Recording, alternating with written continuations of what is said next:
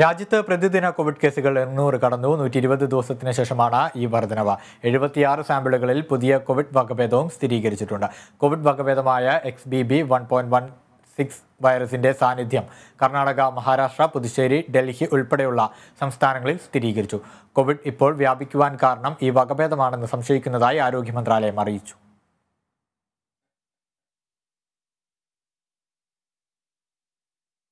ഭിന്നശേഷിക്കാരുടെ ജീവിത സാഹചര്യം മെച്ചപ്പെടുത്തുവാനായി പ്രവർത്തിക്കുന്ന തണലിന്റെ നേതൃത്വത്തിൽ super speciality early intervention centre പ്രവർത്തനം തുടങ്ങും. കോഴിക്കോട് മലപ്പറമ്പിൽ ബിഷപ്പ് ഹൗസിന്റെ എതിർവശത്തുള്ള കെട്ടിടത്തിലാണ് കേന്ദ്രം പ്രവർത്തിക്കുക.